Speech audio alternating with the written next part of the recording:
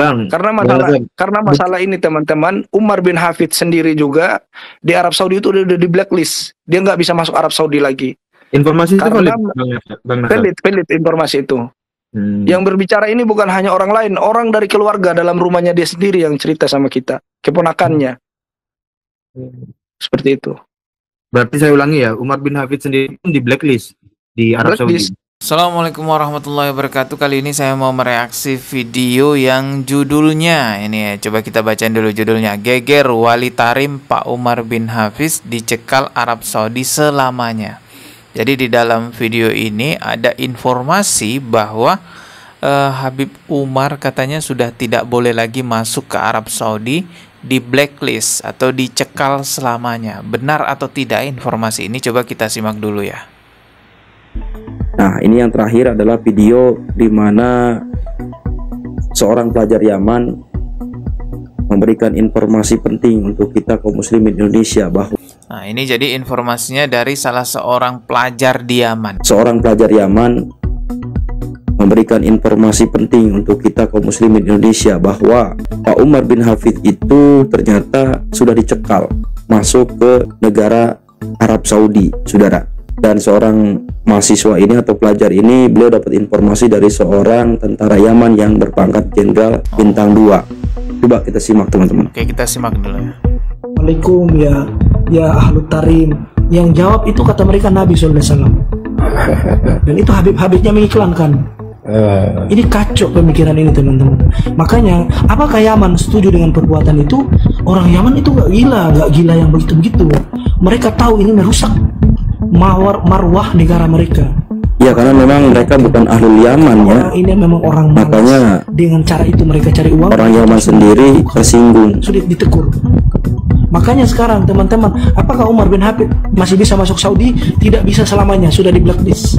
Tidak bisa selamanya. Silakan tanya seluruh orang di muka bumi ini satu dunia mengatakan pasti jawabannya dia tidak akan pernah bisa lagi masuk ke Saudi. Dia di blacklist. Di blacklist selamanya gitu. Selama-lamanya. Yang cerita sama saya itu bintang 2 tentaranya Yaman yang ngomong ke saya, bintang 2-nya. Bintang 2. Dia nggak boleh masuk lagi ke. Wow, luar biasa. Jadi Pak Umar bin Hafid ini sudah di blacklist, nggak boleh masuk ke Arab Saudi. Wow. Ya artinya memang sudah disimpulkan bahwa golongan mereka ini golongan perusak, golongan pendusta. Pelajar Yaman yang memberikan informasi ini beberapa kali mengucapkan hal seperti ini di sosial media ya. Coba kita lihat lagi video lainnya ya. Dan mereka juga nanti kami akan ajukan dia juga di imigrasi. Dia mengaku durian Nabi, ngaku sebagai Habib, pengen dikultuskan di Indonesia. Kita akan ajukan dengan bukti-bukti yang ada. Iya. Seperti itu. Bang, karena masalah ini teman-teman, Umar bin Hafid sendiri juga di Arab Saudi itu udah di blacklist. Dia nggak bisa masuk Arab Saudi lagi. Informasi itu valid, Bang Nasar. Pelit informasi itu. Yang berbicara ini bukan hanya orang lain, orang dari keluarga dalam rumahnya dia sendiri yang cerita sama kita, keponakannya. Seperti itu. Berarti saya ulangi ya, Umar bin Hafid sendiri pun di blacklist di Arab Saudi. Apalagi kelasnya si Aldo. Seperti itu. Ya, saya nggak ngerti mengenai kebenaran informasi ini, cuman memang kita sudah tidak bisa menemukan lagi video-video terbaru Habib Umar berada di Tanah Suci Mekah, di seputaran Ka'bah ataupun di Arab Saudi gitulah. Kalau video-video lama ada masih ya bersebaran di sosial media ketika Habib Umar berada di sekitaran Ka'bah. Ada juga video yang menunjukkan Habib Umar berada di Masjidil Nabawi, tapi itu video-video lama. Kalau video-video terbarunya memang nggak ada. Dan uniknya ketika Pak Umar bin Hafiz ini berada di sekitaran Masjidil Haram atau Masjidil Nabawi, tidak seheboh seperti di Indonesia ya. Kalau di Masjidil Haram atau di Masjidil Nabawi kayak biasa-biasa aja gitu ya. Ya layaknya seperti jamaah haji dan umroh pada umumnya, ini menunjukkan bahwa kepopuleran Habib Umar bin Hafiz ini tidak terlalu besar di tanah suci Mekah di Arab Saudi. Begitupun juga ketika berada di Madinah, ya biasa-biasa aja terlihat Pak Habib Umar bin Hafiz ini ziarah ke makam Rasulullah yang ada di Masjidil Nabawi, nggak ada yang heboh. Ya biasa aja seperti masyarakat pada umumnya. Tapi kalau di Indonesia, wah, ya memang kalau di Indonesia masalah kefanatikan itu nggak ada obat lah ya. Pokok orang dari Yaman berjenggot, ngomongnya rada-rada Arab sedikit, hidungnya mancung, udah dikira keturunan Nabi. Walaupun bacaan Al-Qur'annya tabat ya ba gitu ya, ada juga tuh yang ngikutin. Tabat ya babil habib, tabat ya babil habib. A'udzubillahi minasyaitonir rajim. A'udzubillahi minasyaitonir rajim. Apapun kesalahan mereka terselamatkan dengan pengakuannya sebagai cucu Nabi. Ya apapun kesalahan mereka, mau nyeritain tentang Abu Lahab berubah menjadi Abu Jahal, tabat tiaba, ta'awuznya ngawur juga, ya tetap dianggap benar karena memang katanya cucu Nabi gitu. Bahkan ketika mereka menceritakan tentang leluhurnya yang bisa menurunkan rantai emas dari langit. Al-Hamid ngeluarin rantai emas dari langit.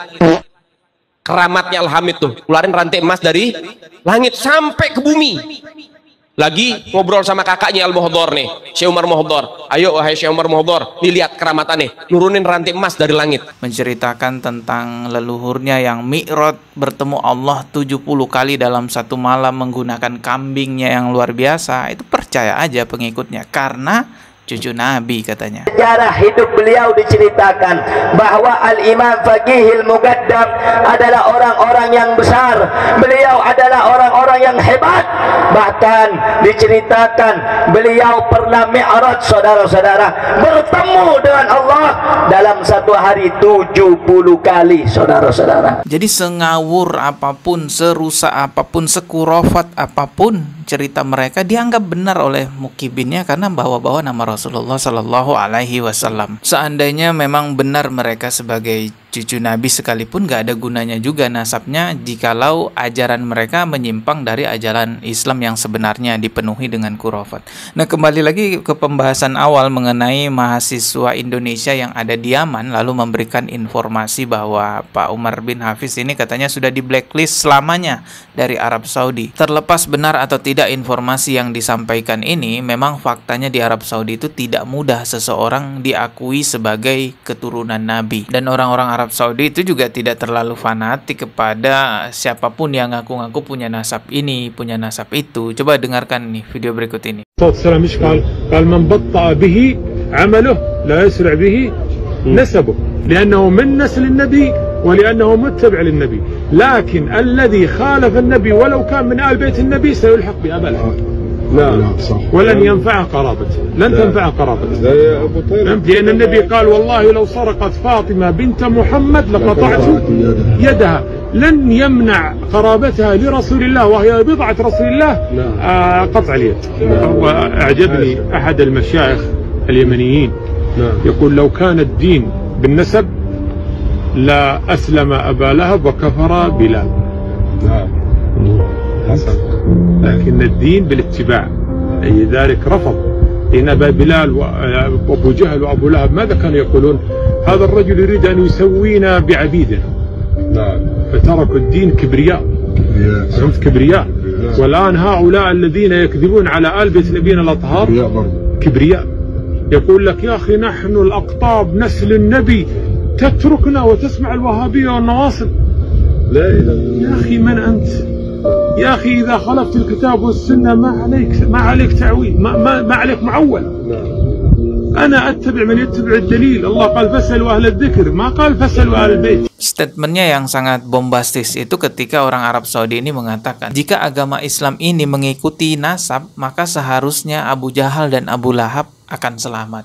Tapi faktanya kan enggak, walaupun satu keluarga dengan Rasulullah Shallallahu Alaihi Wasallam. Artinya apa? Jika Anda memang benar-benar keturunan Nabi sekalipun, tapi ajarannya menyimpang dari Rasulullah, Ya nggak ada gunanya nasabnya itu, sia-sia. Malah nasab itu akan menjadi petaka yang nantinya dipertanggungjawabkan di hadapan Allah Subhanahu wa Ta'ala karena membawa-bawa nama Rasulullah. Oke lah, saya rasa udah cukup video kali ini. Kita ketemu lagi di video berikutnya. Subscribe dan juga loncengnya ditekan sebagai notifikasi. Wassalamualaikum warahmatullahi wabarakatuh.